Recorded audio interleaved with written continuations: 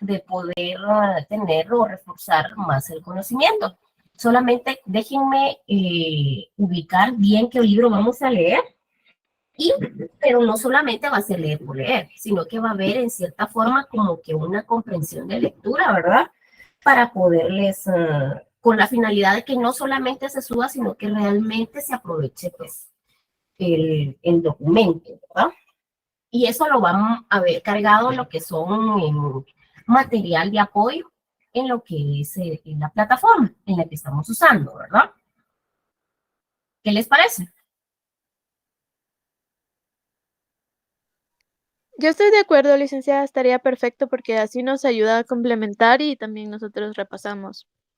Ok, perfecto. Entonces voy a estar subiendo unos links y Perdona, licenciada, ¿podría repetir? Es que se me estaba entrecortando un poco, disculpe. ¿Cuál era las opciones? me preguntaba alguien que si tenía algún libro que recomendara o, por ejemplo, algún material que les dejara como lectura prácticamente. Entonces, normalmente lo que yo hago es, derecho colectivo es un poco complejo, entonces lo que hago es hacer un resumen y darles a ustedes ya la información como que más concentrada. Pero derivado pues a esa pregunta, voy a subir unos links de unos libros y vamos a dejar como material de lectura. Pero no solamente vamos a subirlos por subir, sino que vamos a dejar de cierta página a cierta página y posteriormente pues una pequeña comprobación de lectura, ¿verdad? Para reforzar directamente el conocimiento. No es cosa del otro mundo, pero si ustedes gustan que comparta algún tipo de material, algún libro, con todo gusto lo puedo hacer sin ningún problema, ¿verdad? Bueno, vamos a comenzar Muchas nuestra gracias, Ligda. clase. Otra pregunta, Ligda. ¿El material que usted está brindando en sus clases los va a estar compartiendo en Classroom o no? Sí, en forma ordenada por las personas que ya conocen mi forma de trabajar. Todas las presentaciones están subidas. Primera presentación, segunda presentación, y así sucesivamente. Todo va ordenado, no se preocupen. Ah, ok, Por, perfecto, Ligda. Es que se ajá, me pasó al final, ya no encontré los últimos documentos y se me complicó un poquito el estudiar, pero eso le preguntaba. ok, no hay ningún problema. Yo lo comparto porque hay algunas personas, como hacía mención, están trabajando y están escuchando la clase, entonces no tienen la oportunidad de poder tomar nota, ¿verdad? Entonces, a mí nada me cuesta como subir la presentación sin ningún inconveniente. Solamente que lo vamos a hacer prácticamente una semana más o menos antes del final. ¿Por qué lo hago de esa forma? Las personas que ya han estudiado conmigo saben de que lo que trato es, por ejemplo, no que memoricen, sino que realmente repasar en clase para que a la hora que ya suban la presentación, ustedes solo le den una leída como un repaso y ya ustedes pues prácticamente ya tienen el conocimiento y no tienen que memorizar. Simple y sencillamente así es más fácil. No sé si tienes alguna otra duda, David. No, licenciada, muchas gracias, agradezco sus respuestas. Ok, perfecto. Cualquier cosa no duden en preguntarme, yo con todo gusto les contesto, ¿verdad? Le Inclusive, agradezco. ok, y si tienen alguna consulta, pues le pueden escribir a Pablo y Pablo inmediatamente me escribe, inmediatamente damos la respuesta o la solución al mismo, ¿verdad? Haciendo la aclaración para los que no estuvieron en la primera clase, pues asistencia no llevamos, en el sentido de, por ejemplo, la asistencia tiene algún punto o algo por el estilo, no. Comprendo que en algún momento ustedes tengan, por ejemplo, la imposibilidad de poderse conectar, así como a mí se me fue la luz como 3 veces el lunes, miren ustedes, fue algo complicado, pero gracias a Dios dimos la clase sin ningún problema, pero comprendo que a través de lo que es la red es un poco complicado o inclusive por el trabajo, ¿verdad? Pero mi intención es apoyarles, esa es la verdad. Compartirles el conocimiento, pero apoyarles. Esa es mi intención. Bueno, vamos a empezar. Permítanme un segundo. Estábamos dando ahí oportunidad para que se conectaran más personas.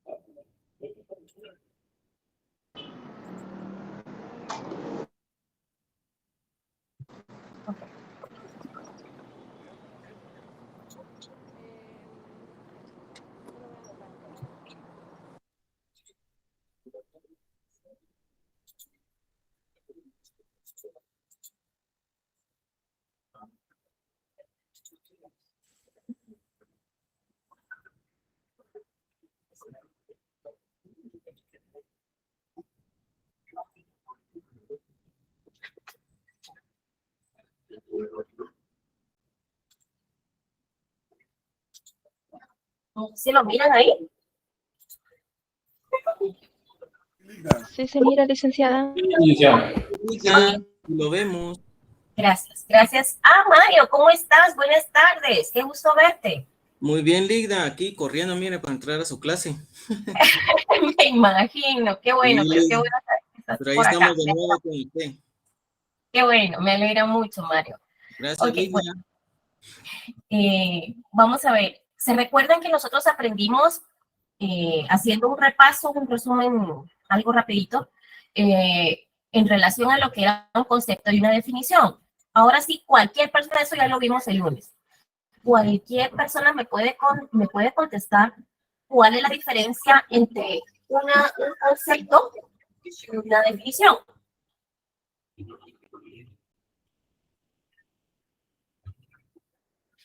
Concepto es una representación mental de lo que nosotros tenemos en mente, presentación mental de un objeto y la definición es una definición, es una descripción detallada del elemento que tenemos en mente. Ok, muy bien. ¿Alguien más? Sí, Ligda, yo entendí que concepto es una idea o imagen o una imagen mental y la definición expone la idea de manera un poco más precisa. Más concreta, ¿verdad? Entonces, esa es la diferencia entre concepto y definición. Bueno, ahora si hablamos en relación a un concepto, por ejemplo, de lo que es el derecho procesal del colectivo del trabajo, ¿qué podrían ustedes decir?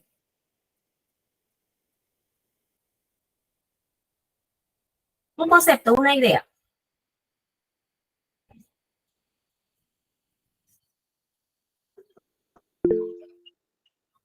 Claro, David. Como concepto podríamos decir que el derecho colectivo al trabajo es el derecho laboral que protege los derechos colectivamente de los trabajadores. Correcto, muy bien. Con el cual también podemos solucionar conflictos, ¿verdad? ¿Qué más? Ahora una definición.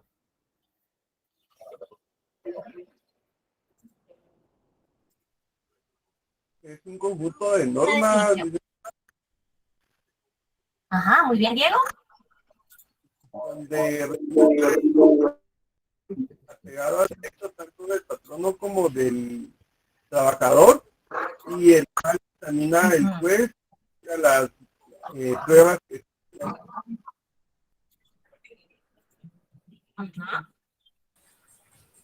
Perdón, Ligda, se oye entrecortado. Voy a repetir nuevamente, perdón, Diego. Ahorita voy, Eric. que es el conjunto de normas que regulan el actuar dentro de las instituciones tanto para el patrono como el trabajador, en la cual es sometida para dilucidar o resolver algún conflicto entre el patrono y el trabajador. Pero esto ya lo define un juez en base a las pruebas que se presenten. También podemos decir muy bien, podemos decir que también es una rama del derecho laboral, ¿verdad? Que se ocupa en relación a todos los aspectos del derecho colectivo del trabajo, ¿verdad? Podemos empezar también de esa manera. ¿Qué más ibas a decir ahí? Ok, Ligda, buenas tardes. Se podría decir que es un conjunto de normas que resuelven conflictos sociales, Ligda. Ujú. Muy bien, correcto. Vamos a ver. Ahora bien, yo les mencioné que así como existe un nacimiento, siempre hay una historia, ¿verdad? Yo les mencioné a ustedes que nosotros en relación a cuando vemos algún tema, por ejemplo, si es, vemos derecho penal, vemos las escuelas, si miramos, por ejemplo, ¿qué les dijera yo? Civil, miramos cómo nació, de dónde viene lo que es el derecho civil, hablamos de Roma. Entonces, el derecho del trabajo, ¿cómo es que nace el derecho del trabajo? Ajá.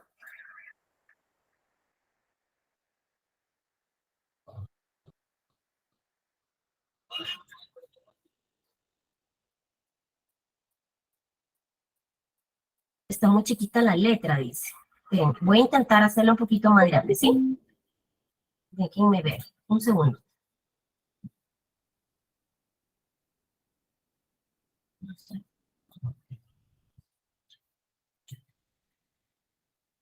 ¿Ya se mira un poco mejor?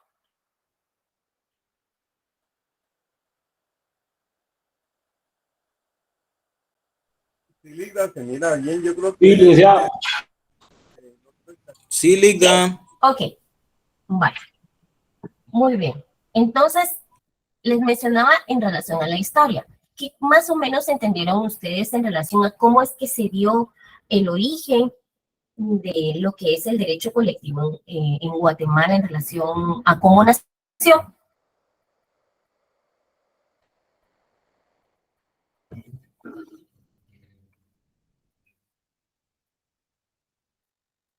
A ver, ¿qué me pueden decir? Que el derecho colectivo tuvo su origen cuando las personas ya no soportaron ser explotados y recibir muy poca paga. Ujú, ujú. Bueno, muy bien. ¿Qué más?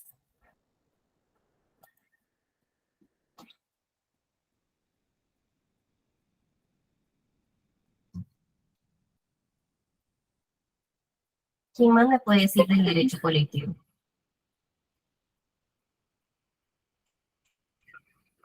¿Cómo nació? ¿Cuáles fueron los primeros sindicatos?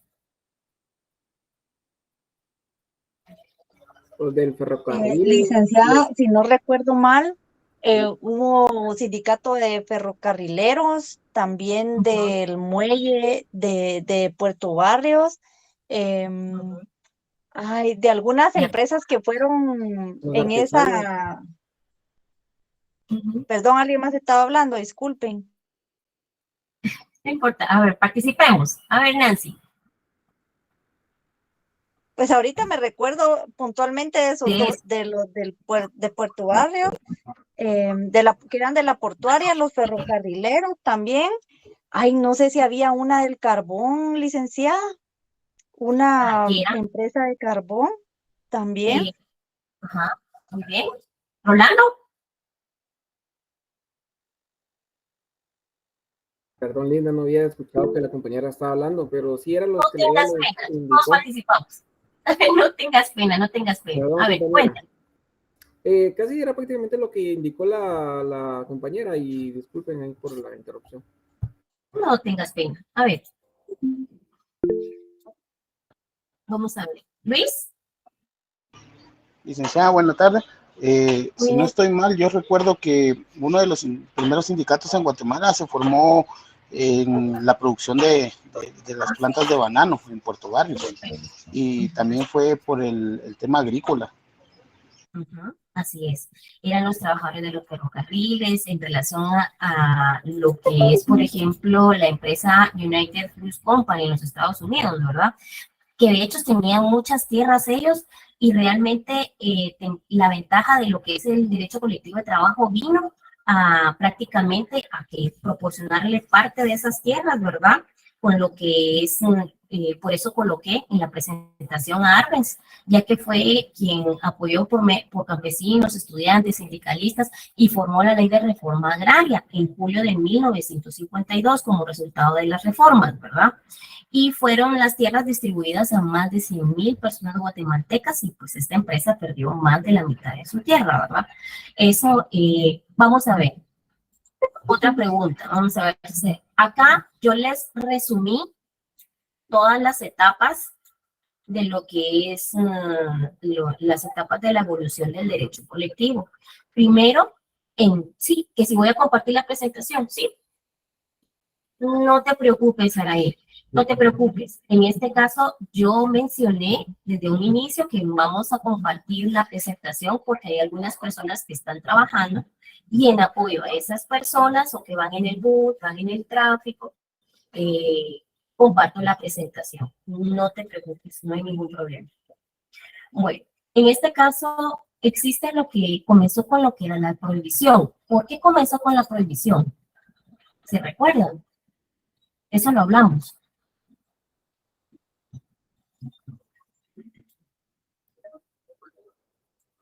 Porque era considerado como delito pertenecer a algún sindicato. ¿Y cuál era el castigo, por ejemplo, si pertenecías a un sindicato? La prisión. A la cárcel también, creo. ¿Se mandan? Que los enviaron a la cárcel. Recuerdo que usted lo mencionó.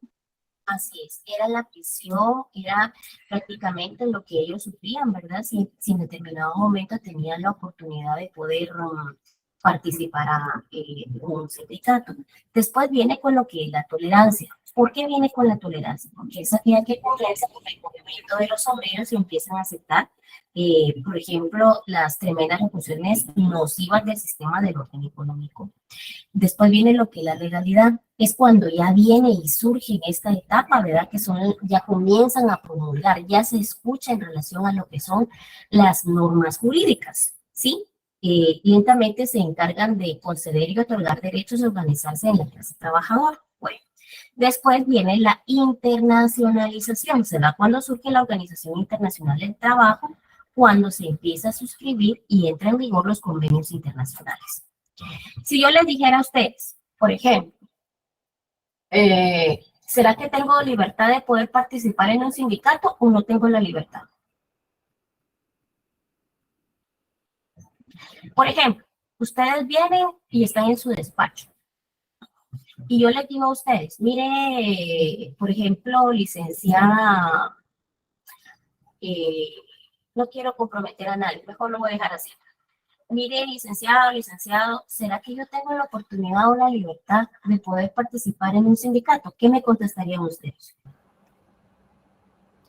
El patrono por lo general no lo permite, licenciado, pero... No, pero ustedes son abogados. Ustedes no están ni del lado del trabajador, ni del patrono, ni del trabajador. Es una pregunta que le está haciendo una persona y llega a su despacho. A ver, David, contéstame. Después va Diego y después va Andrea. Pues por derecho, sí.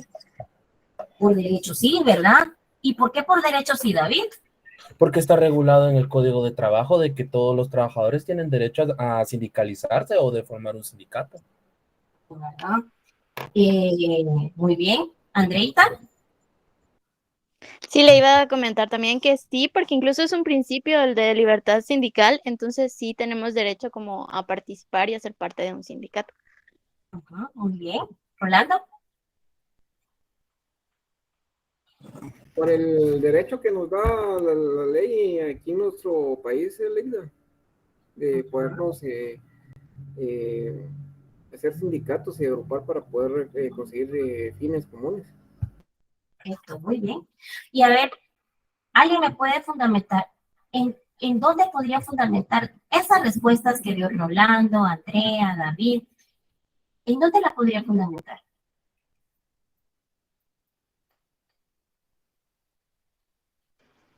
Licenciada, constitucionalmente podría ser el artículo 34, el derecho de asociación. ¿Qué dice? Artículo 34, derecho de asociación. Se reconoce el derecho de libre asociación. Nadie está obligado a asociarse ni a formar parte de grupo o de asociaciones de autodefensa o similares. Se exceptúa el caso de la colegiación profesional. Ok. ¿Será que podemos leer el 102 artículo Q? Por favor, si está la mano, Luis, ya que tiene la Constitución a la mano. 102, inciso Q. Ok. Inciso Q. Q. Ajá. Ok. Dice el artículo 102, inciso Q, dice, derecho de sindicalización libre de los trabajadores. Este derecho lo podrán ejercer sin discriminación alguna y sin estar sujetos a autorización previa, debiendo únicamente cumplir con llenar los requisitos que establezca la ley. Los trabajadores no podrán ser despedidos por participar en la formación de un sindicato, debiendo gozar de este derecho a partir del momento en el que den aviso a la Inspección General de Trabajo. Solo los guatemaltecos por nacimiento podrán intervenir en la organización, dirección y asesoría de las entidades sindicales. Se exceptúa los casos de asistencia técnica gubernamental y los dispuestos en tratados internacionales o en convenios intersindicales autorizados por el organismo ejecutivo. Ok. Entonces, ¿hay libertad o no hay libertad? Sí hay libertad. Sí hay libertad. ¿Verdad? Entonces, claramente, en lo que es los derechos sociales mínimos de la legislación del trabajo, como dice en el artículo 102, inciso Q, dice que es un derecho de sindicalización. A ver, David, ¿qué querías compartir? No, como usted también estaba comentando de la fundamentación de esto de los sindicatos, está a partir del título 6º del Código de Trabajo, perdón por la bulla. Ajá, ¿puedes hacer, por favor, puedes leerlo? Sí, el artículo 206 dice, sindicato es toda asociación permanente de trabajadores o de patronos o de personas de profesión u oficio independientemente, trabajadores independientes, constituida exclusivamente para el estudio, mejoramiento y protección de sus respectivos intereses económicos y sociales comunes. Son sindicatos campesinos los constituidos, y ahí empieza a explicar cuáles son los sindicatos y todos los demás artículos. Si no estoy mal, todo este título va del artículo 206 al 224 del Código de Trabajo. Entonces, ¿será que podemos hacer un llamamiento en el 206 al 102, inciso Q, para que nosotros podamos, pues, a la hora de estudiar, reforzar nuestro conocimiento? Dime, Andrea. Licenciada, es de que también está regulado la libertad sindical en la parte 1 del convenio 87 de la OIT. Ajá, ¿me lo puedes leer? ¿Qué dice? Sí, ahorita lo ubico. Ok, gracias, Andrea.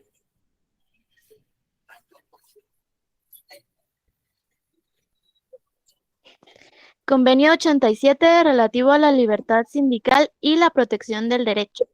La Conferencia General de la Organización Internacional del Trabajo, convocada en San Francisco por el Consejo de Administración de la Oficina Internacional del Trabajo y congregada en dicha ciudad el 17 de junio de 1948 en su 31ª reunión, después de haber decidido adoptar, bueno, me voy a saltar porque está muy largo eso. Ajá. Pero considerando, dice, que la Declaración de Filadelfia proclamó nuevamente que la libertad de expresión y de asociación es esencial para el progreso constante. Okay. Y también afirma el principio de libertad de asociación sindical y pues así va todo el convenio, que es sobre eso. Ok, muchas gracias por el aporte, Andreita. También ustedes pueden hacer la anotación en su ley para que ustedes mismos puedan ampliar su conocimiento. Pero si se dieron cuenta, hubieron 3 personas que vimos lo que es la libertad sindical de diferentes puntos de vista, en relación a la Constitución, en relación a lo que es el Código de Trabajo y en relación al Convenio 87. Entonces, si se dieron cuenta, sí existe una libertad. Entonces, ahora les vuelvo a plantear la pregunta. Si yo llego a su oficina y le pregunto, disculpe, licenciado o licenciada, ¿será que entonces yo tengo la libertad de poder participar en un sindicato de una forma libre? Sí. Sí. Así de sencillo, sin sin poder venir y poder indicar todo lo contrario, ¿verdad? Bueno, entonces vamos a ver, sigamos avanzando. ¿Alguien más quería hablar? ¿No? Ok, bueno. Entonces, hablamos en relación a lo que era la naturaleza. Dijimos que la naturaleza jurídica del derecho colectivo del trabajo era doble. ¿Por qué era doble? Porque era frente a los patronos y frente al Estado. Frente a los patronos y frente al Estado, ¿verdad? Bueno, entonces precisamente por esos dos caracteres que el derecho colectivo de trabajo pues es de naturaleza pública. Y si yo les pregunto, fundamentenme por qué es de naturaleza pública, ¿qué me contestarían?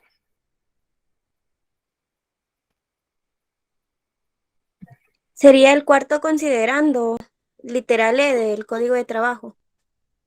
Ana María, ¿y por qué? Porque ahí establece que es de naturaleza pública. Muy bien. El derecho de trabajo es una rama del derecho público, por lo que al ocurrir la aplicación y el interés privado debe ceder el interés social o colectivo, ¿verdad? Muy bien, excelente.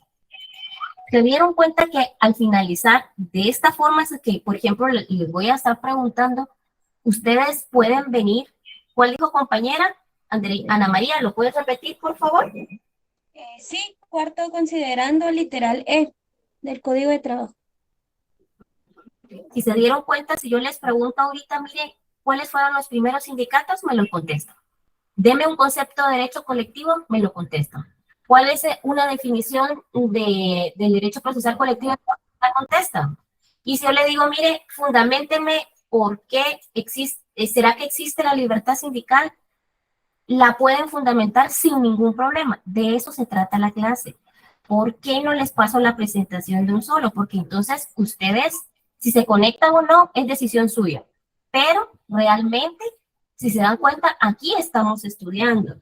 Es prácticamente, no solamente estamos hablando por hablar o ustedes estarse cansando en su casa, en su trabajo, en el tráfico, donde estén, sino que prácticamente pues están compartiendo inclusive con sus compañeros, porque acuérdense que uno como docente no es que lo sepa todo, prácticamente uno estudia todos los días y prácticamente el que cree saberlo todo no sabe nada. Entonces, realmente acá lo que compartimos es, si por ejemplo, yo les digo algún artículo, usted me lo puede complementar con otro. Ustedes ya son prácticamente casi abogados. Para mí, son casi abogados, ya van en el 8º.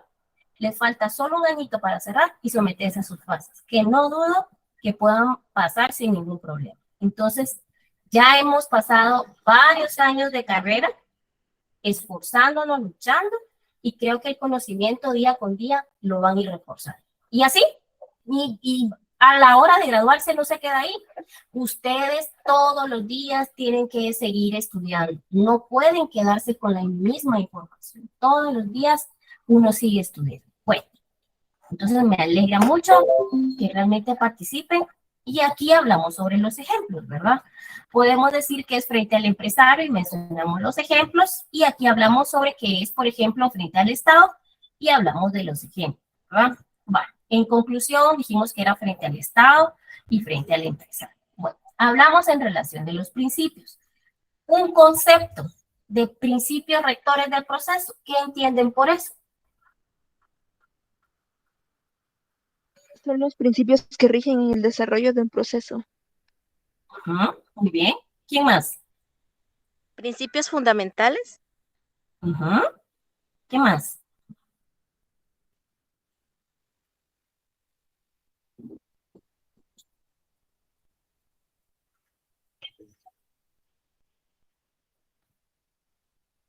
Podemos decir también, a grosso modo, que son los principios del derecho procesal del trabajo que tienen la aplicación del derecho procesal colectivo, por lo tanto detallan el trámite del proceso que existe dentro del proceso colectivo.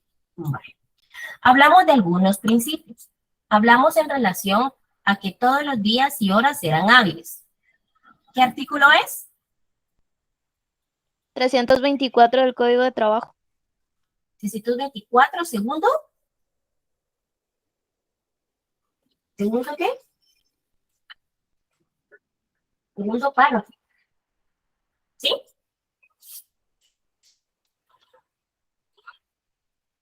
Entonces, ¿sí lo vieron?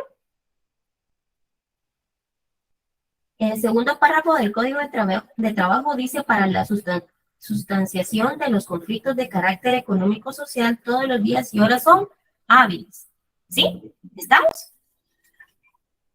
Bueno, entonces hablamos también que existían 4 principios que eran como que los más esenciales, que era la libertad sindical, la autonomía colectiva, la subsidiariedad. ¿Estamos? ¿Sí? Sí, Ligda. ¿Hoy? Ok, perdón, es que a veces siento como que se va al internet. Yo creo que fue el susto del lunes, usted, que el lunes sí fue aquello que no sabía si tenía o no tenía internet, pero bueno, internet y luz.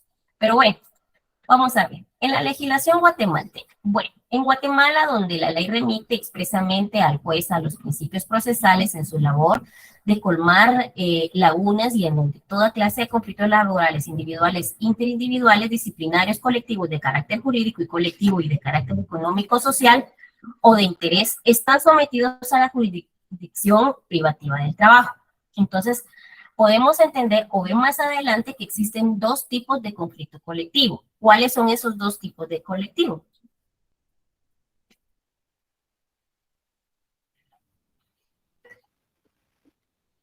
Colectivos de carácter jurídico y colectivo de carácter económico-social. Correcto. Eso es lo que nosotros vamos a ver más adelante. ¿Cuál es la diferencia en cada uno de ellos, verdad? Ya sea de interés o de derecho. Bueno, entonces en el artículo 326 del Código de Trabajo indica que en cuanto no contraríen el texto, los principios procesales que contiene el Código de Trabajo se aplicarán supletoriamente. Entonces, si yo les digo, vamos a ver, ¿dónde puedo fundamentar lo que es la supletoriedad? ¿Qué me contestarían? Artículo 326. ¿Y qué más? ¿Qué dice?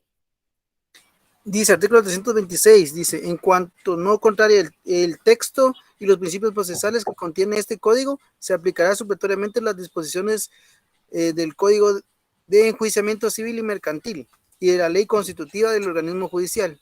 Si hubiera omisión de procedimiento, los tribunales de trabajo y previsión social están autorizados para aplicar las normas de las referidas leyes por analogía y a fin de que pueda dictarse con prontitud la resolución que decida imparcialmente las pretensiones de las partes. ¿Lo leo todo, Lick?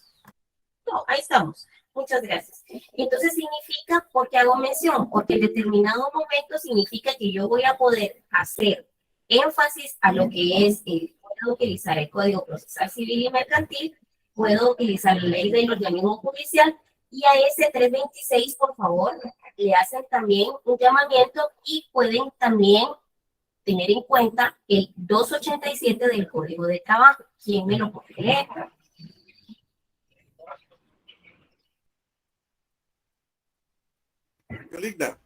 Ajá, ¿qué dice? En cuanto no contrarien los principios y textos de este título, en la organización de los tribunales de trabajo y previsión social, se deben aplicar supletoriamente las disposiciones de la ley constitutiva del organismo judicial. Ok, muchas gracias, Diego. Y también podemos hacer el llamamiento al artículo 15 del Código de Trabajo. Por ejemplo, en los casos no previstos por este código. ¿Qué dice el artículo 15 del Código de Trabajo? Yo lo leo ahorita, permítame. Artículo 15. Los casos no previstos por este código, por sus reglamentos o por las demás leyes relativas al trabajo, se deben resolver en primer término de acuerdo con los principios del derecho de trabajo. En segundo lugar, de acuerdo con la equidad, la costumbre o el uso local, en armonía con dichos principios y por último, de acuerdo con los principios y leyes de derecho común. Excelente, 100 puntos. Entonces, el 326 podemos hacer referencia a lo que es el artículo ¿qué? ¿Qué leímos? El 287 del Código de Trabajo. Artículo 15. Exacto, muy bien. Podemos hacer referencia en relación a lo que es en el artículo 15, pueden poner ver artículo 15, perdón, el artículo 15 pueden poner ver el 326 y ver el 287. Igual en el 287 pueden hacer referencia, porque en este caso estamos hablando, ¿verdad? Cuando no contrarían los principios procesales que contiene este código. Estamos hablando lo mismo que dice el artículo 15, que dice que se debe resolver en primer término de acuerdo con los principios de derecho a trabajo y en segundo lugar la equidad, la costumbre o el uso local y armonía. Entonces pueden hacer referencia a estos tres artículos, ¿sí? Ahora, ¿cuál es esa función? ¿Se recuerdan? Esto lo vieron anteriormente. ¿Cuál es la función? Por ejemplo, los juristas, especialmente Federico de Castro, sostiene que los principios de derecho cumplen con fundamentalmente tres funciones. ¿Cuáles son esas tres funciones? Informadora, normativa, interpretadora. Muy bien, esa es la función de nuestros principios, ¿verdad? ¿Qué es informadora? Pues inspiran o informan al legislador, sirviendo como fundamento del ordenamiento, ¿verdad? Jurídico que se promulga, normativa porque actúan como fuente supletoria, ¿verdad? En caso de ausencia de la ley, son medios de integración del ordenamiento jurídico cuando existen alguna laguna de ley. Y es interpretadora y opera como criterio orientador del juez de la interpretación de la ley. Perdón, ustedes. Bueno, ahora bien, si yo les pregunto, entonces, vamos a ver, ¿quién me levanta la mano? ¿Cuáles son esas tres funciones de los principios? Con sus palabras. Ajá.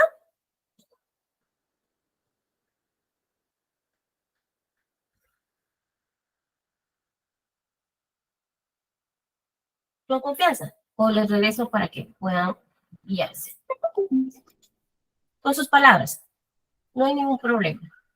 Y esto lo van a ver, inclusive, les cuento, en mi primera clase de la maestría de Derecho Procesal, en teoría del Estado, estaba viendo inclusive estos en la función de los principios. Iniciamos con esto. O sea que si ustedes van a continuar estudiando, esto lo van a ver a lo largo de su carrera. Por eso yo les pregunto, ¿cuál es la función de los principios? Con sus palabras. Con sus palabras, jóvenes. Ligda, no sé si estoy bien, pero en este caso la función informadora, leyendo lo que tiene en la diapositiva, dice que inspiran o informan al legislador. Me imagino yo, comprendo de que se trata la forma de venir y de reformar o ya sea crear nuevas leyes laborales. A eso entiendo yo, no sé si estoy en lo correcto. Por ejemplo, en este caso vamos a hablar informadora, porque en caso, por ejemplo, que no esté en la ley, que no esté establecido en la ley, a la hora de, por ejemplo, dar, ¿qué le dijera yo? Algún criterio, entonces ellos pueden utilizar en relación a lo que son los jueces, por decirlo así, pueden utilizar lo que es la información de un principio, pueden aplicar lo que es un principio. Ahora, ¿por qué es normativa? ¿Por qué es normativa? Porque ante la falta de cuerpos legales se recurren a otra ley. Linda, ¿se puede decir que es como una forma de auxiliar, Linda? Es una forma de poder auxiliar. ¿Y por qué es interpretadora? Porque el juez utiliza la sana crítica razonada para valorar la prueba. Muy bien, excelente. Porque los principios ayudan a comprender mejor la norma ya establecida. Muy bien, Mirna. 100 puntos, muy bien. Excelente. Muy bien, bueno, vamos. Se recuerda, si regresamos, vimos lo que son los principios procesales. Haciendo referencia, acá, esto lo vimos el semestre pasado. Principios procesales del derecho de trabajo, pero únicamente se los puse acá como que para recordar un poquito, que era lo que era el derecho tutelar de los trabajadores, que era que lo encontrábamos en el inciso A, el derecho mínimo de las garantías sociales protectoras del trabajador, que es en el inciso B, derechos necesarios e imperativos, en el inciso C, Derecho realista y objetivo de los principios, en el inciso D. Derecho público, inciso E. Y hondamente democrático, que es el inciso F, ¿verdad? Y acá vimos también, solamente haciendo una referencia en relación a lo que es el principio protector tutelar de los trabajadores, ¿no? El juzgador puede equiparar la situación de desigualdad que existe de los litigantes, lo que implica que el otorgamiento de los más amplios poderes directores del juez de trabajo a lo largo de todo el proceso, desde la decisión oficial para llenar omisiones y corregir deficiencias por los litigantes hasta dirigir los interrogatorios de las partes a los testigos expertos, así como el ordenamiento y evacuación de pruebas en el auto para mejor proveer. Esto lo encuentra en el considerando A. Por ejemplo, el principio de economía se extiende en sentido de evitar a lo máximo los gastos que ocasiona un proceso se encuentra en todas sus manifestaciones, desde la celeridad y rapidez en un juicio, acordando los términos y limitando las defensas procesales de los recursos y las incidencias. El principio de inmediación consiste en que, por ejemplo, en que el juez esté en contacto directo con la persona, ¿verdad? Con las partes donde la sustentación del procedimiento. Tal es el caso de recepción de las pruebas al extremo de aquellos medios probatorios se incorporan al proceso. Eso lo puedo encontrar en el primer párrafo del artículo 344 del Código de Trabajo, 321 y 349. El principio de concentración. ¿Qué entiende por principio de concentración? Haciendo Que memoria. todos los procesos se concentran en uno solo. O la reducción de las etapas procesales en un mismo acto. Así es, la reducción de varias etapas en un mismo acto, ¿verdad? Vamos a ver, ¿qué es el principio de preclusión? ¿Qué entienden ustedes por principio de preclusión? Que ya no se puede retroceder a la etapa anterior cuando ya terminó. Muy bien. Por ejemplo, estamos hablando que Nancy, tú ibas a hablar, perdona, te interrumpí. ¿Nancy? No, licenciada, ya no. Iba a contestar, pero ya contestaron. Gracias. Ok, está bien. Por ejemplo, ¿saben qué me recuerda este principio de preclusión? Cuando les digo, el examen termina a las, ¿qué? 6:30. Y a las, ¿qué? 6:40 todavía me lo siguen enviando. Terminó, precluyó el tiempo, ya no podemos regresar, pero eso no pasa con nosotros, eso no va a pasar, ¿verdad, jóvenes? Jóvenes. No, no sabemos. No, yo les apoyo, de verdad. Miren, realmente esa es una parte cuando decimos que los exámenes terminan a cierta hora. Yo por lo regular doy 5 minutos más para que pueda venir y poderlo entregar, porque a veces o el internet se traba o el celular o la computadora. Entonces puedo entender esa parte, ¿verdad? 5 minutos, pero que me lo entreguen 10 minutos, 15 minutos, media hora. ¿Creen ustedes eso factible?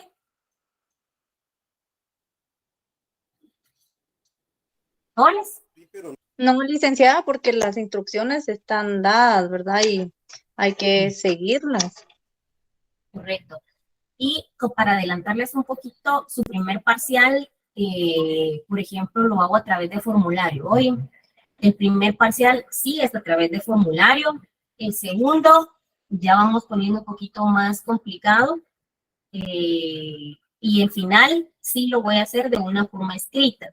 Pero entonces todos nos vamos a poner de acuerdo para poder hacer el final de una forma escrita. Pero al menos el primero y el segundo a través de formulario, para poderles apoyar. Para que vayan tomando desde ya en cuenta su tiempo, ¿verdad? Y yo no los tomo desprevenidos. A ver, Mirna. Puede ser una forma escrita, pero escrita virtual o escrita que vamos a ir a la U. Es que no se sabe todavía, por eso los voy adelantando. No nos han dicho absolutamente, nuestro señor decano no nos ha dicho absolutamente nada de forma formal, ¿verdad? Que nos diga, mire, ya vamos a ir a examinar, pero los rumores están, ¿verdad? Entonces, al menos para apoyarles, pero en cuanto el señor decano nos pase la información, con todo gusto la comparto, el primer parcial, el segundo, a través de formulario. Así que y ustedes saben que el resultado del examen me tardo tal vez como unos 20 minutos en pasarlo. No soy yo quien califica, sino que es la computadora. Puede ser que en determinado exista algún factor error, porque son casi 200 exámenes, pero en dado caso eso suceda, por favor, me pone un correo, me dice, mire, Lida, yo creo que esta es mi nota, revisemos, ni usted se enoja, ni yo no tengo por qué enojarme, la verdad es que no, pero no se moleste, dígame y lo solucionamos, ¿verdad? Pero si ustedes se dan cuenta, los que han estado conmigo 20 minutos y mucho después del examen, ya tienen su nota. Bueno, sigamos. Vamos a ver, al principio, ¿qué es el impulso procesal de oficio?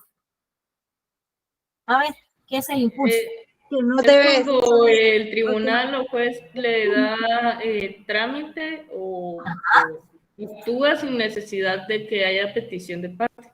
Exacto, muy bien, así de sencillo, ¿verdad? Excelente, Mirna, muy bien. Vamos a ver, si hablamos por el principio de publicidad, ¿de qué hablamos?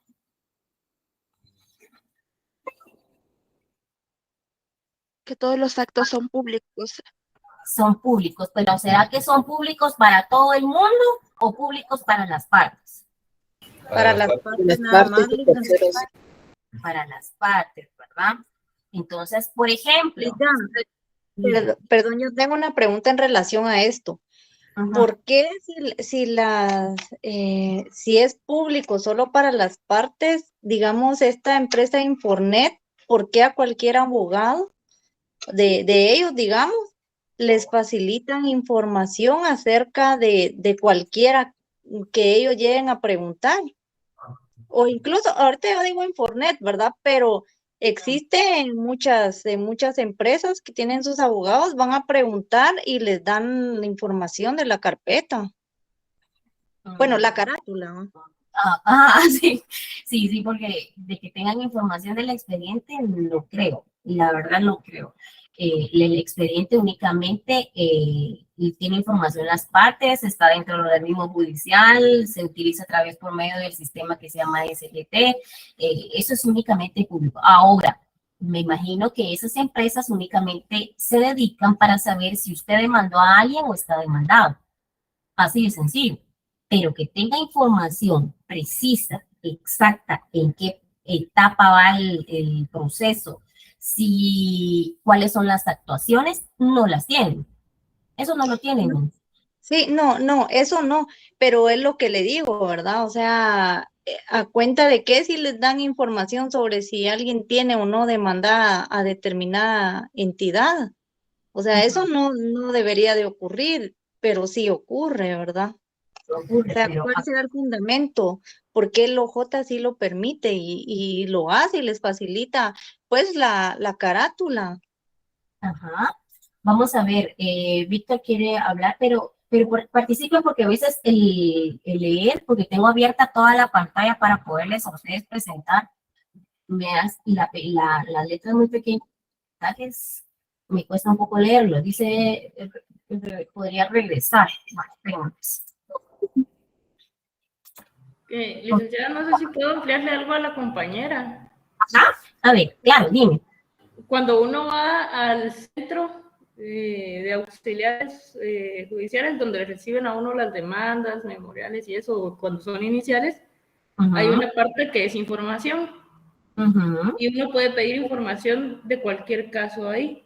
Entonces, ahí le dan a uno lo que, ya sea uno parte de, o por ejemplo, algunas personas quizás no están involucradas y dicen como que van de parte del demandado o de la otra persona y les dan información porque, por ejemplo, hay personas interesadas en saber el número de expediente para contratar un nuevo abogado o algo y continuar. Por eso es que no se limitan tanto en eso de dar el número de expediente y que se sepa si está demandando o no a alguien. El único detalle es que sí hay que saber más o menos de qué mes a qué mes, porque no es como que le puedan revisar un periodo de tiempo muy largo.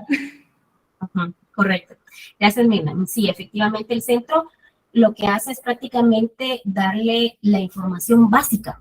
Ellos no manejan la información detallada en relación a todas las etapas del proceso. Si usted tiene excepciones dilatorias, por ejemplo, si fuera procesal, no, por ejemplo, si tiene excepciones dilatorias, perentorias, o hay un auto, resulta que apeló, o sea, ellos no se limitan a darle ese tipo de información. Ellos únicamente se limitan a indicarle en qué juzgado está su demanda, cuál es el número de proceso, cuáles son las partes, es lo único. Ahora, si esa persona sube directamente al juzgado el número de proceso, el juzgado sí está obligado en pedirle su identificación. Su identificación si es parte y si es procurador con la carta de identificación. ¿Quién quiere hablar? Perdón. Perdón, que estaba levantando la mano. Licenciada, buenas tardes. Sí, Lili. Fíjese que tengo una duda. En relación a la publicidad, el principio de publicidad, no sé si se da también en laboral que en algunos casos no permiten que haya personas extras a los principales porque están resguardando a alguien que esté en el proceso. ¿Se da también eso en lo laboral o solo penal y civil?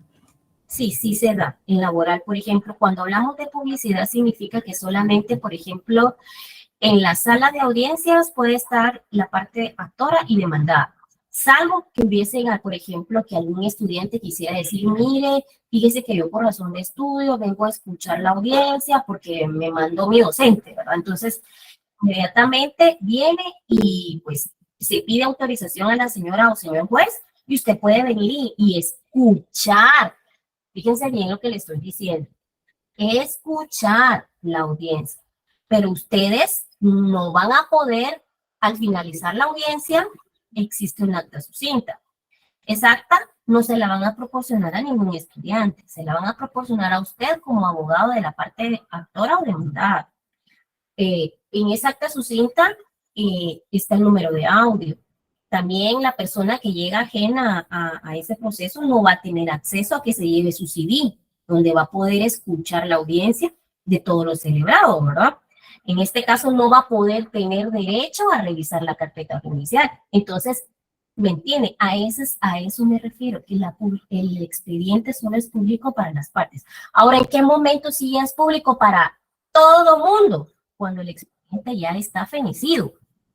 Cuando el expediente prácticamente dice archívese las acciones, feneció, terminó, se dictó un acto, se dictó una sentencia, en este caso, por ejemplo, un auto de desistimiento. Entonces se manda al archivo y usted ya puede consultar el expediente sin ningún inconveniente. ¿Sí, Rutilio?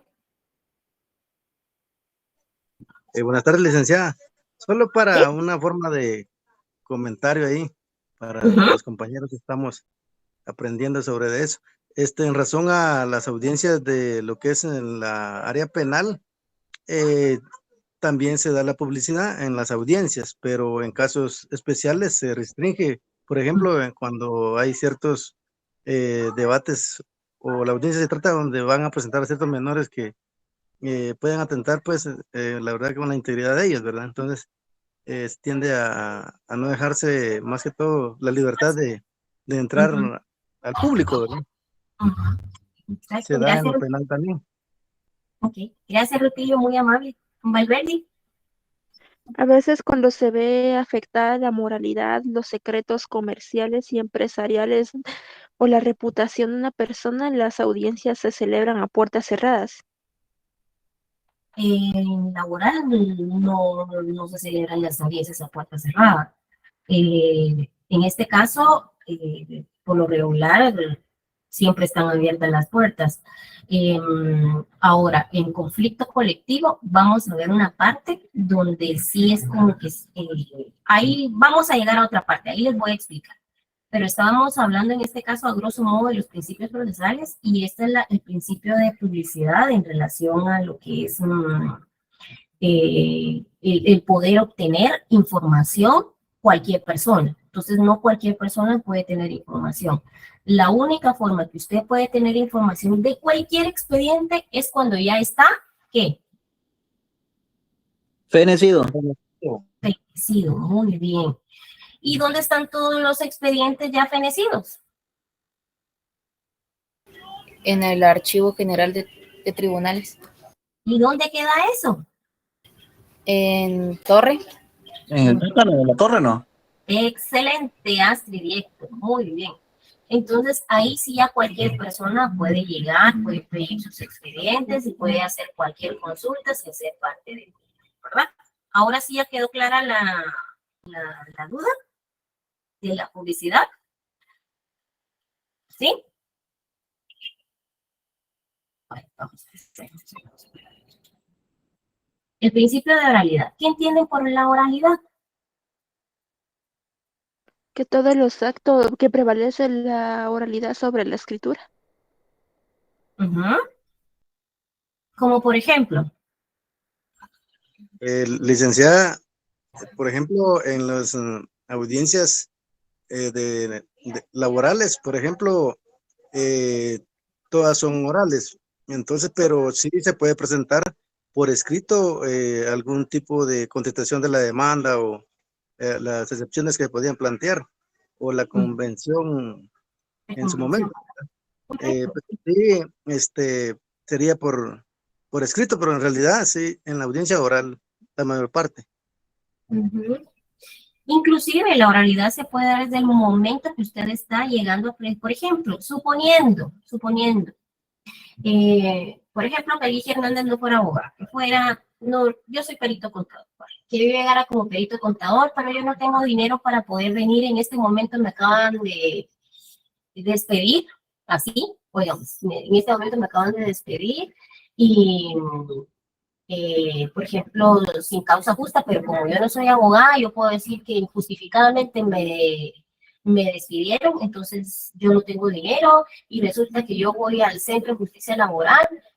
Ahí hay una hojita que se llama demanda de forma oral.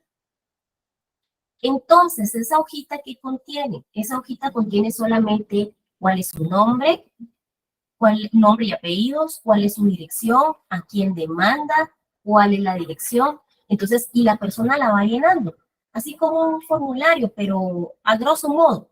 Son tal vez como unas 10 preguntas y ya posteriormente, pues ya más adelante, ya la persona ya señala, ya puede indicar quién es su abogado, ¿verdad? Pero de forma oral, con el primer paso que dé con la demanda, la puede hacer de una forma oral, ¿sí? ¿Estamos? ¿Sí, Licenciada, también se puede presentar ante el juez competente a dar a conocer su caso y ahí le levantan un acta en relación a la petición que se le podría estar haciendo al juez, ¿verdad? Entonces, ahí ya lo impulsan ellos como de oficio, se podría decir, ¿verdad? Se puede, tú me estás refiriendo cuando van al juzgado y de forma oral pueden hacer alguna solicitud. O sea, sí, o sea, yo puedo presentarme, por ejemplo, me pidieron a mí el día de ayer, yo voy al juzgado y puedo presentar una demanda de forma oral. Entonces, por ejemplo, me imagino, el secretario toma nota de la situación y, o sea, levanta un acta. A partir de ahí, pues, ya se podría ejercer el principio de oficio para poder seguirle el trámite a la situación, a la demanda, se podría decir. Sí, eso fue lo que yo les acabo de decir, pero en este caso, la ley es un acta, pero les menciono que en el Centro de Justicia Laboral lo que es una hojita que le dan a la persona que llega, ¿sí? Y esa hojita dice demanda ordinaria laboral, oral. Entonces esa persona, a pesar que diga oral, ella va escribiendo cuál es su nombre, cuál es su dirección, a quién demanda, cuál es el lugar donde se le puede notificar. ¿Por qué? Porque tiene que conformar un expediente, se tiene que hacer una carpeta judicial. Entonces, a pesar que ella de viva voz diga, mire, yo quiero iniciar mi demanda, por ejemplo, porque así llegan las personas, sin abogado, ¿verdad? Mire, quiero iniciar mi demanda, ¿qué hago? Entonces viene la persona, el comisario o la persona que esté ahí automáticamente le dan una hojita y le diga, por favor, llene su hojita, con esta hojita da inicio a su demanda ordinaria y con eso se conforma la carpeta judicial, ¿sí? A ver, Rutilio. Fíjese, licenciada, que en una oportunidad yo, más que todo, pues viví en carne propia un conflicto de ese tipo, de lo que es el despido injustificado, ¿verdad? Entonces, pero le voy a resumir hasta lo último, pues, o sea, yo planteé un amparo verbal ante la Corte de Constitucionalidad, sí me lo aceptaron, con el hecho de que yo llevé el expediente y le di a conocer mi caso, y ahí me levantaron un acta en la cual le solicitaron el auxilio de 2 abogados ante la PDH para que ellos llevaran mi caso. ¿Y por qué? Porque en su momento no tenía yo los recursos necesarios para pagar un abogado para que planteara un amparo, ¿me entiendes? Y sí, se dio todo. Porque el amparo lo dice. Y ahorita como estamos en laboral, gracias por compartir tu experiencia, Rutilio. Ya vimos, por ejemplo, que no solamente lo dice la ley, sino que alguien lo puso en práctica, como en el caso de Rutilio, ¿verdad? Entonces, en laboral lo que hace es que no se levanta un acta, sino que solo es una hoja, nomás, así simple, que la persona tiene que llenar con datos. Les voy a conseguir una hoja, voy a tratar de conseguir, de ver cómo es posible que pueda conseguir esa hoja para que ustedes lo tengan como una referencia. Es una hoja simple, pero con todo gusto se las puedo conseguir, ¿verdad? Héctor. Sí, Lita, solo una consulta en relación al tema de la hojita esta que justamente comenta. Entonces, esto podríamos determinar que es la demanda que se establece en el 333, donde hablamos de demanda oral. Es con este formulario que se inicia. Se las voy a conseguir para el lunes. Voy a pedir a ver si me pueden apoyar en relación a eso, alguien que vaya directamente a laboral, ¿verdad? Para que puedan ustedes tener más o menos una idea, y pues ustedes no solamente la idea, sino el conocimiento de cómo se hace si la persona no tiene como para pagar un abogado, ¿verdad? Y con esa simple hojita ya inicia o da trámite o es el primer paso para lo que es la formación de la carpeta judicial. Prometo, el día lunes, si me la pueden conseguir, yo la comparto, ¿sí? Ok. ¿Astrid? Buenas noches, Ligda. Solo como una consulta para apoyarla. ¿Usted sabría cuál es el nombre de la hojita o cómo se le conoce? Es que soy pasante en el organismo judicial, entonces tal vez le podría apoyar en ese sentido, consultándole a los oficiales. Es en el centro, si me la puedes conseguir. ¿Tú en qué juzgado eres pasante? Yo estoy en el juzgado de primero pluripersonal de ejecución penal, zona 7. Zona 7, no estás en el centro.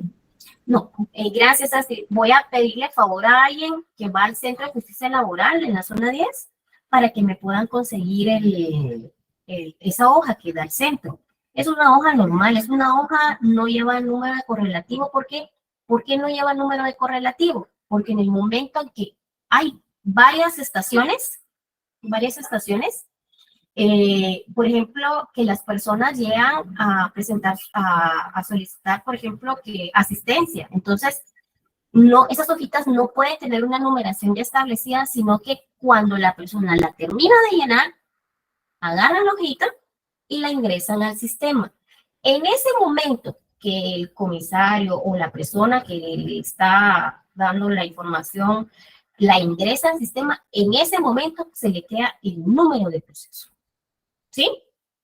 Las hojitas no tienen correlativo. Las hojitas salen a la vida jurídica en el momento que se ingresan al sistema con todos los datos de la persona, se imprime una carátula y pasa a admisibilidad para que ya pueda continuar lo que es el trámite, ¿verdad? Bueno, entonces espero haber quedado claro con eso. Vamos a ver, sigamos con lo que es el principio de sencillez. ¿Por qué es sencillo? ¿Por qué creen que es sencillo? Porque no tiene nada de formalidad, licenciado. porque no tiene nada de formalidad. Correcto. Poco Ajá. formalista, licenciada. Poco formalista. ¿Y por qué puede ser poco formalista? Porque por esa misma razón que, si usted se dio cuenta, ahorita nos estaba usted misma diciendo sobre la hojita, que sí, pero no, ¿verdad? O sea, es oral, pero sí hay que armar un expediente, ¿va? Así es. Fíjense que aquí Marcos, mientras estaba hablando, dice, ¿fue esa hojita que nos envió el semestre pasado, Linda? Sí, pero esta hojita estaba llena, tenía datos. Entonces yo como pude, agarré la hoja de un expediente, ¿verdad? Que yo tenía, el cual tenía la oportunidad de tenerlo a la mano, y lo que hice fue que taché todos los datos de la persona, solo dejé las casillas. Pero creo que en ese momento yo se los quería presentar a ustedes para que lo conocieran, para los que estuvieron conmigo. Pero para los que no, mejor voy a ir a conseguir, ya sea si me da tiempo de pasar a mí, o directamente que alguien me pueda ayudar, algún conocido, ¿verdad? Que me pueda proporcionar una limpia para que puedan ustedes tener la noción de cómo es. Y si en algún momento ustedes quieren orientar a alguien, pues ustedes ya saben qué contiene esa hoja, ¿verdad? Entonces no. Yo le doy seguimiento, pero le cobro. Ay, no. Bueno, eso ya es decisión de cada quien. Fíjense que yo tenía, haciendo un paréntesis, yo tenía cuando yo era alumna en la universidad hace muchos años, yo tenía un catedrático. Miren, yo nunca lo olvido, muy buen docente, pero si teníamos alguna duda que no fuera de lo que él estaba hablando, o era un caso en particular, o era que le dijera yo algo fuera de, ¿saben qué nos contestaba? Nos decía, mire compañera, ¿a nombre de quién le hago la factura? Eso era lo que nos contestaba antes de darnos la respuesta. Entonces ya como que nos limitábamos a hacer la pregunta, pero miren, yo nunca lo olvido por lo mismo que dice Merari, ¿verdad? Yo le cobro. pero nos causaba mucha risa y realmente un buen docente, pero sí, hay personas que tienen ese criterio, ¿verdad? A ver, Diego, dime. Sí, Leida, perdone, si podría repetir qué hojita es que no sé, no la escuché muy bien para poder también buscarlo. Es una hoja que da inicio a la demanda ordinaria de forma oral. ¿Sí? Eso es para que ustedes lo tengan como conocimiento, porque ustedes van a ser abogados y mientras llegan, por ejemplo, a ser abogados, pueden aconsejar a algún familiar, mira, no hay ningún problema, puedes ir a presentar tu demanda de forma oral y puedes llenar esa hojita. Entonces, pero se las voy a presentar. Voy a tratar de conseguírselas para el lunes. Mis casi colegas, ¿verdad? Porque así les digo colegas, que para mí son esos, que estuvieron conmigo el semestre pasado, ellos tienen la noción, pero como les digo, estaba tachado ahí ciertos datos porque era de un expediente ya muy, muy viejito, pero prefiero mejor presentarles una que esté sin ningún tipo de información, ¿verdad? Bueno, sigamos. Vamos a ver. El principio de investigación, averiguación a la verdad material o histórica, ¿verdad? Por ejemplo, es cuando, por ejemplo, tiene las facultades para producir pruebas no ofrecidas por las partes o complementar las propuestas por aquellas que toda vez que el juez de trabajo no le interesa la verdad formal o dispuesta por las partes, sino la verdad material o histórica, ¿verdad? A eso es que nosotros nos referimos. El principio de adquisición de los medios de prueba, ¿verdad? Consiste en que los medios de prueba diligenciados o producidos por una de las partes no lo benefician únicamente de ella, porque se convierten en pruebas del proceso y no de las partes, por lo que pueden eventualmente favorecer a la contraparte o a los demás litigantes. Ese es el fundamento, último párrafo del artículo 167 del Código Procesal Mercantil.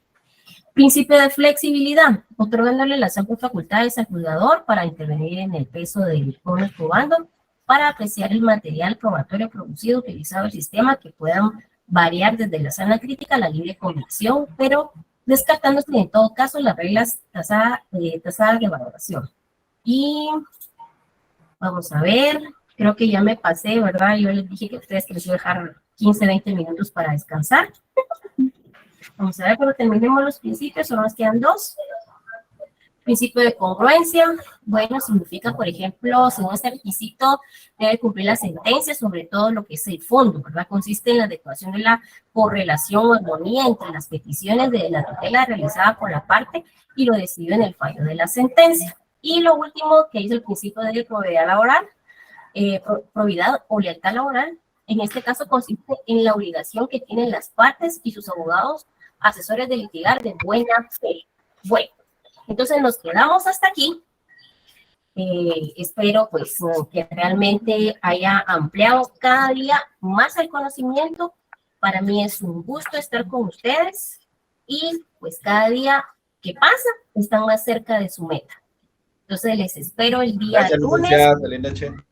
Tengan feliz fin de semana. Gracias, licenciada. Feliz Nos noche. vemos. Luego nos vemos. Gracias. Muchas gracias, licenciada. Feliz noche. Feliz